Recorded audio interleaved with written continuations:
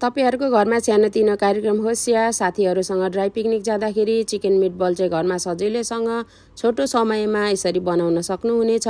मैले यहाँ चिकन किमा लिएको छु र मिडियम साइजको दुईटा आलुलाई ग्राइन्ड गरेर त्यसको पानी निकालेर अनि प्याज पनि मसिनो गरेर काटेर लिएको छु। अनि मैले यहाँ धनियालाई पनि मसिनो काटेर माथिबाट नुन, बेसार, रातो खोर्सानीको धुलो र थोरै इस्ट अनि एउटा अन्डा लिएर हातले राम्रोसँग मोलेर यहाँ मैले केही बेर रेस्ट गर्न छोड्दिए। केही बेर रेस्ट भइसकेपछि मैले यहाँ ग्यासमा कराई राखे। कराई राखेपछि यहाँ तेल राखे। तेल तातिँदै गर्दा चाहिँ मैले यहाँ हातमा थोरै थोरै लिएर मिटबलको लागि गोलो गोलो बनाएर प्लेटमा राखे।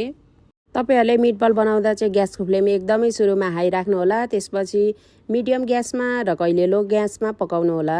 यसो गर्दा चाहिँ हाम्रो मिटबल भित्रैसम्म पाक्छ।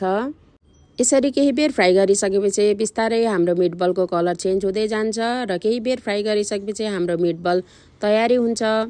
तपाईहरु पनि मन लागेको बेलामा चिकन मिटबल घरमा नै यसरी बनाएर खान सक्नुहुनेछ र भिडियोलाई माया गरेर अन्तिमसम्म हेरिदिनु भएकोमा सम्पूर्णमा धेरै धेरै धन्यवाद।